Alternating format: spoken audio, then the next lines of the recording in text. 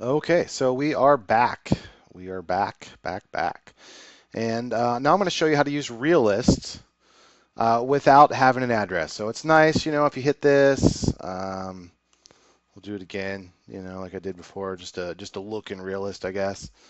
Yay, you can just go like this, and you can hit this button and the Realist button and get in there, which is nice. But let's say we don't know that information. Let's say we don't have that information. Let's just say we wanted to look for somebody else. So we're going to go up here. Oops. We're going to go up here. We're going to click Realist.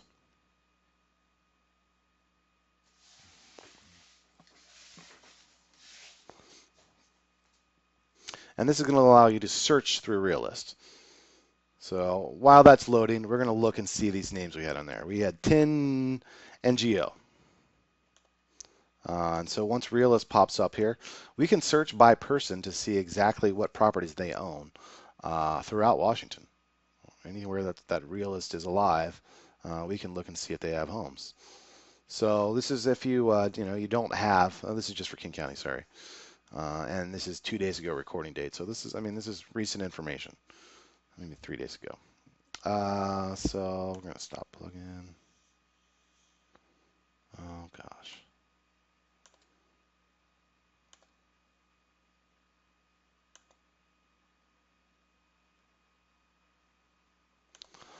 My screen's going crazy. Maybe I shouldn't have stopped the. Okay, whatever. Send the crash report.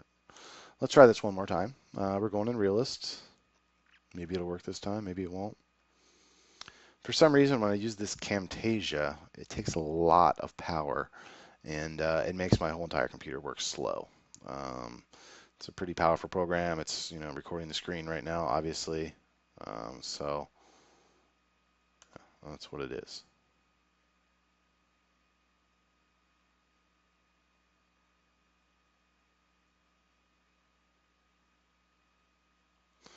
So we're waiting. Okay. And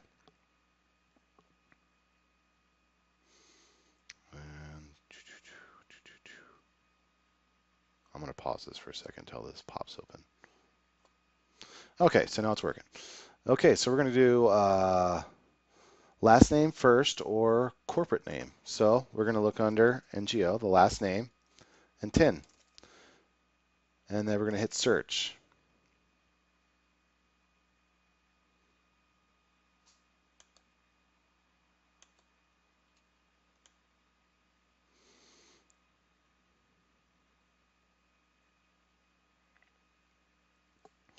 And so this is the one on 429 168th. This might have been their old home, or maybe they bought two homes. Who knows? Um, and looks like they bought another one, possibly in that time. That's just kind of an odd name, but who knows? Let's click on this one on Ward Street and just kind of see what it says. And kind of look up this information and see who owns it. So maybe they. Uh, this is Tina Bayo Ewan. So see, that's a different name. Um, and she was a single woman vested as. So this probably is not it. So we'll just click the back button, go back. And this is basically just to get an idea of how many properties this person owns. Like, they may own 10 different properties. Maybe they have rentals. Maybe they're going to sell more than one property. Maybe, it's a good time on the market to offload a bunch of properties. Maybe they need cash, whoever. So you kind of want to know exactly how many properties they have. If they have an uncommon name like mine, maybe they have listed in there. Maybe it has how many properties they have. Maybe they have a business name that they keep them in. So there's multiple, they have multiple properties and different business names. You never really know, to be honest. But the more knowledge you have, the easier communication is going to be with the client, and the more you know, the better. So I'm going to press pause for a second again. All right. Well, let's just check out this one on Northup Way just for fun. I'm just going to double click on that basically. And that's 10. And the under two names. So they own this property too, it looks like. Let's see. That was the names in the last one, yeah. So looks like they own this property too. So see, that's good information to have. Looks like they sold it in 2007. So it looks like they were speculating on some real estate and got rid of it real quick, but they still own that other property. So yeah, 5 bedroom, 4 bath. Okay, so we're gonna go back again. I'm gonna stop, pause. Okay. All right, so we're back, and it looks like they own that property, which they sold in 2007. Just to make sure, we're going to look on this real quick and just see if that property is for sale too. So 16141 Northup.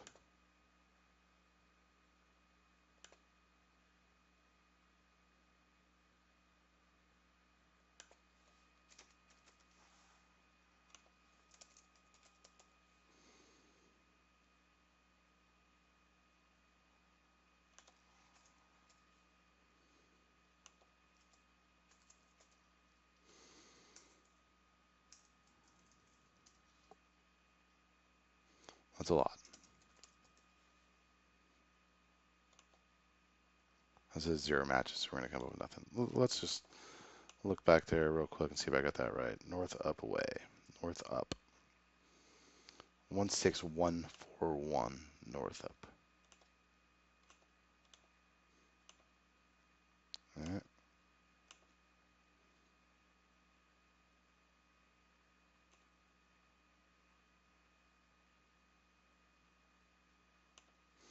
16141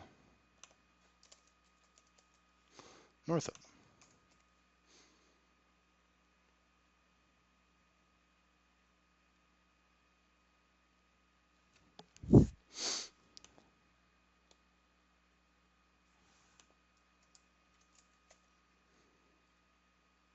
Sometimes they're a little finicky with the numbers on there, so that's just what it is. Hmm. Interesting. Usually almost every single home is in here. So we'll click on this again.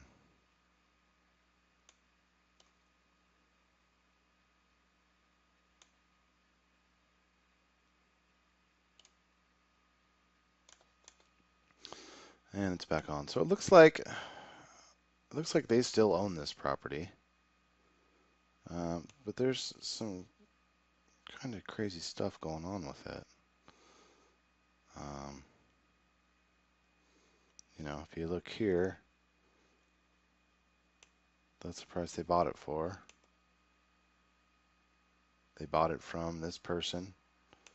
And usually construction LLC means it was new, which it may or may not have been.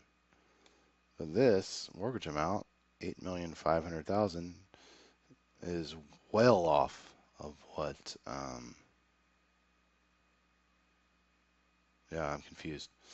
Anyway, so they do own this property. So we would make note of that in the Excel spreadsheet. Just drop a little note in there saying, they are also on this property, and that's if you're using it for a listing or whatever the case may be. Because if you're doing it through a listing that's not for sale, like say someone just calls me up and says, hey, I want to know what my home's worth, or I want to sell my home, I want someone to list it for me, and I think you can be the help.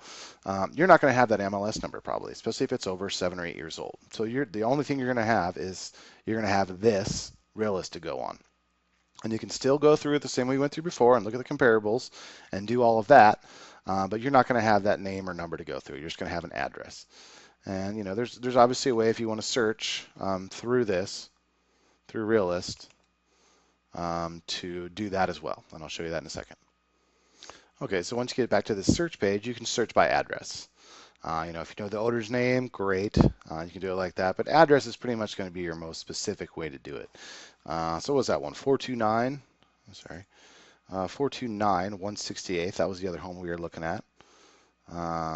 Well, let's just see if this comes up, and I know it will. Okay, well that's the home we were looking at. That's the expired one. Back to that home.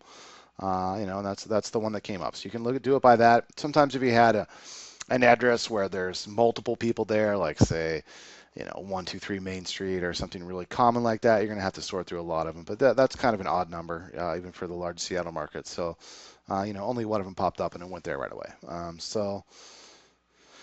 So yeah, that's how you do the search on that as well. I think that about ends it for this lesson. Um, see if I can think of anything else on how to use the realist real quick. Let me wait till this screen pops up. Okay, so we're back to this screen, and there are certain other things you can do. You can view the reports. You can keep a list of reports in here. This one's important. You can change the region. This is just King County. You can change it to Snohomish County or Pierce County, whatever the case may be. You can also create labels. So you can send labels to the neighborhood people. Like say, you want to mark off another neighborhood. I'll show you this in another tutorial, but it does have some other tools that you can use it for. Tax ID, MLS listing number, you can do that.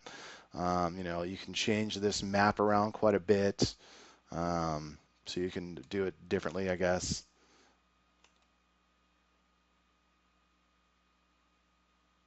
Do some drawing tools, points of interest, driving directions. It's a pretty cool interactive map, this one. So there's a bunch of stuff you can do. And the edit grid one, you can do that to change the data in here, pretty much how it's shown. So if you don't want the township, you don't really need that in there.